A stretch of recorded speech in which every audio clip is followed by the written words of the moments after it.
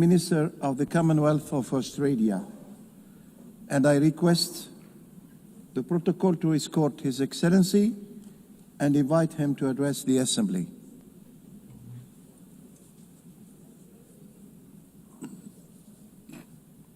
Years ago, the people of our nations came together and put their trust in each other's humanity. An act of faith all the more extraordinary when we recall the devastation that still gripped the world.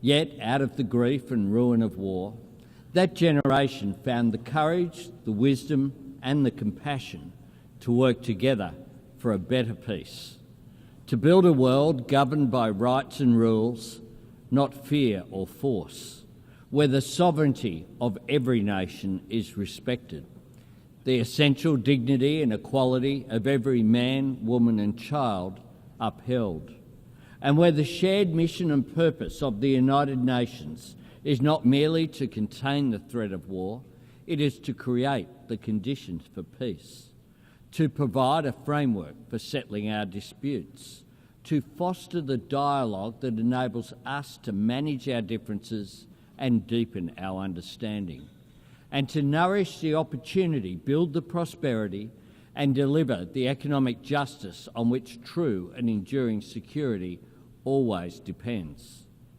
If 80 years ago this task had been entrusted to the great powers alone, then in all likelihood we would not be gathering here today. Instead, history would note the United Nations as little more than a noble experiment. The reason this institution has endured is because it belongs to all of us, because it has been built and shaped by all of us. And it is up to all of us to bring new strength to the United Nations' enduring mission, to renew our commitment to the principle that peace is both our common cause and our collective responsibility. The creation of the International Rules-Based Order owes much to the post-war leadership of the United States of America. For the region Australia calls home, that stability has underpinned a generational economic transformation. But we cannot ask, and should not expect, any one nation to uphold the rules or guarantee the security on which all of us depend. We all have a role in making sure that the system which has enabled the rise of new powers safeguards the rights and aspiration of every nation, big and small. For Australia, this means investing in our capabilities and investing in our relationships, investing in development, in defence and in diplomacy, to strengthen the security of our region, to support the sovereignty of our neighbours and to contribute to the cause of peace beyond the Indo-Pacific. We promote unity in the Pacific Islands Forum. We are deepening our engagement with ASEAN and elevating our partnerships with Indonesia, India, the Republic of Korea and Japan.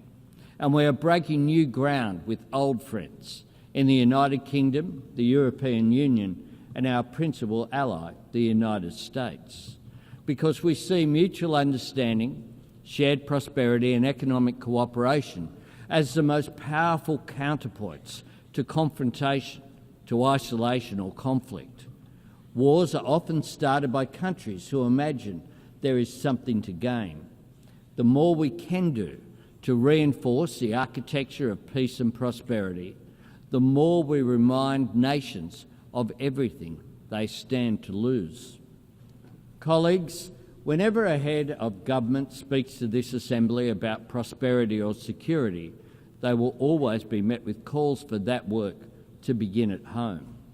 Part of our job is demonstrating to the people that we serve that what happens in the world matters to them, that when we cooperate to enhance security, contribute to alleviating poverty or commit to protecting the natural environment, when we support the agency of forums such as the G20 or APEC, or invest in diplomatic partnerships like the Quad, none of this means setting our national interests or our people's values aside.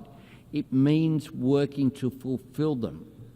The United Nations is much more than an arena for the great powers to veto each other's ambitions.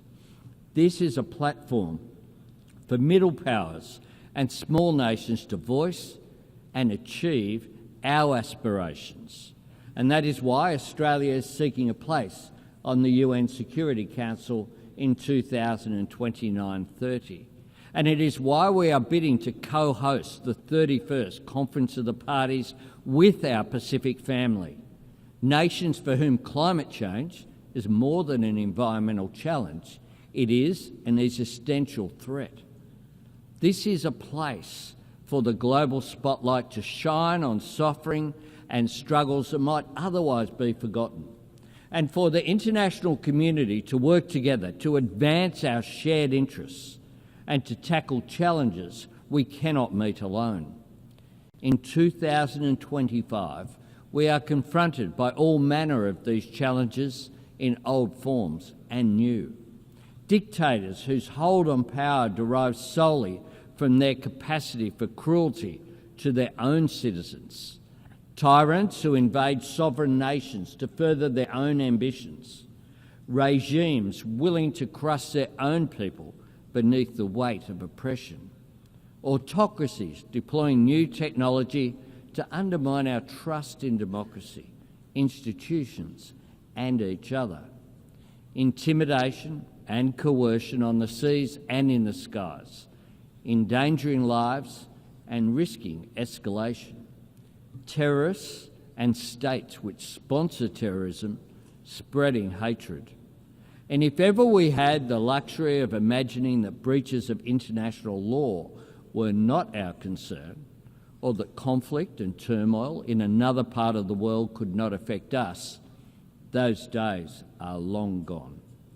Just last month, Australian security agencies confirmed that the Iranian regime orchestrated the firebombing of a synagogue in Melbourne and a Jewish restaurant in Sydney.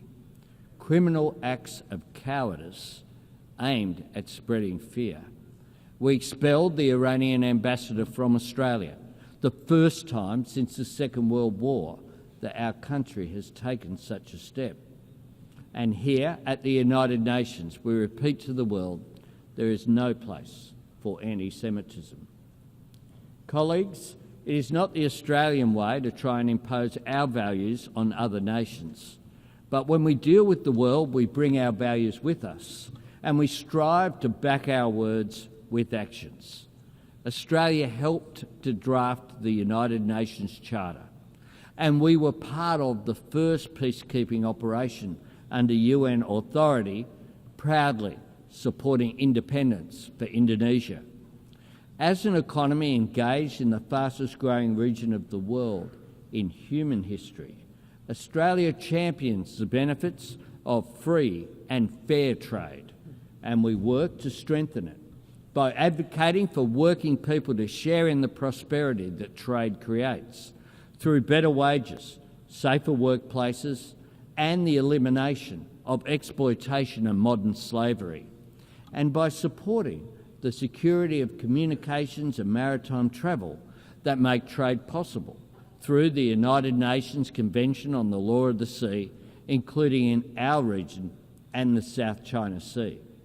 And as a proud member of the Pacific family, as a continent home to some of the greatest natural treasures on the planet, and as a nation blessed with the traditional resources, critical minerals, skills and sunlight and space to power the global shift to net zero, Australia is acting to meet the environmental challenge of climate change while working to seize and share the economic opportunities of renewable energy.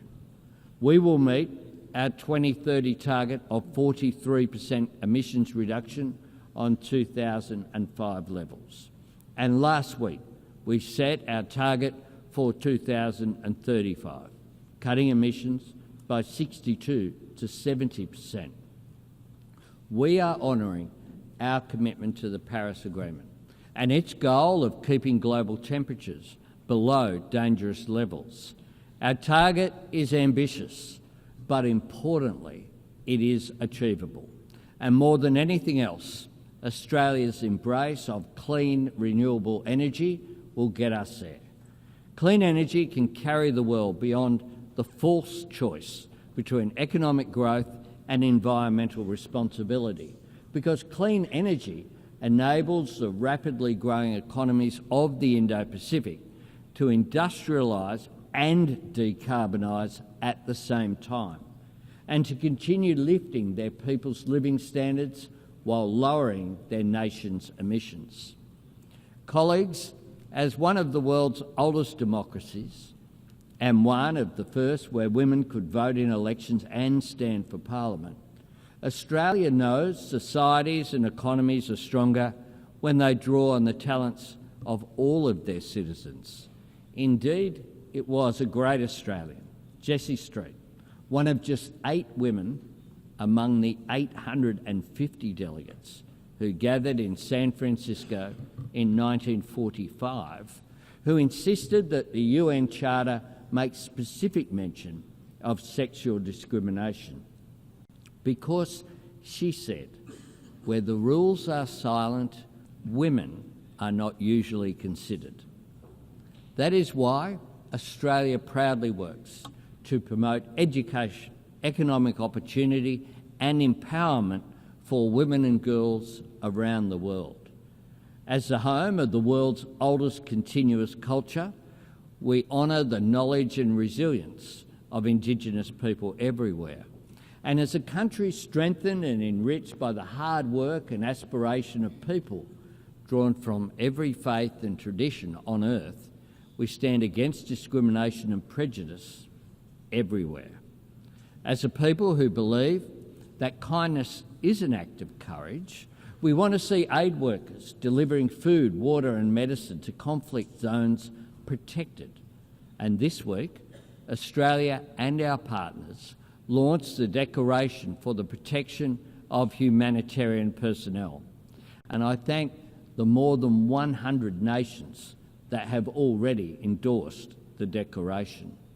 And as a nation that knows security depends on sovereignty, Australia stands with the courageous people of Ukraine in their struggle against Russia's illegal and immoral invasion.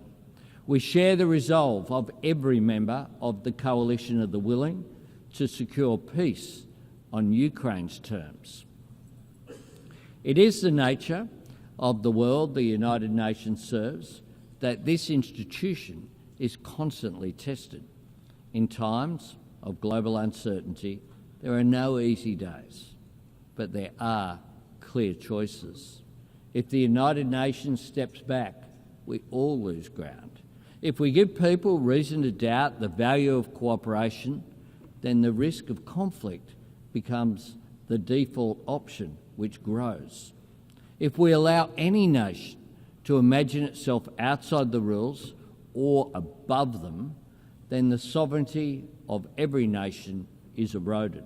If we resign ourselves to the idea that war is inevitable, or relegate ourselves to the status of disinterested bystanders, if our only response to every crisis is to insist that there is nothing we can do, then we risk being trusted with nothing. We risk a world where dialogue and diplomacy are viewed as a dead end, rather than the vital road to understanding, where cooperation to meet new challenges facing humanity yields to old differences of race or faith or ethnicity, and where people beset by conflict, poverty or inequality come to look on this assembly as little more than a final resting place for good intentions. All of us, proud to belong to this institution, understand that this is not the case. But knowing that or saying it is not enough. We have to prove it, not by pointing to longevity or appealing to history, but by reforming the United Nations so that it can serve us better in the present, and by working together to shape the future. Because, while 80 years is a significant milestone, the true value of the United Nations is not counted in decades, it is measured in deeds. in actions that make a positive difference to people's lives.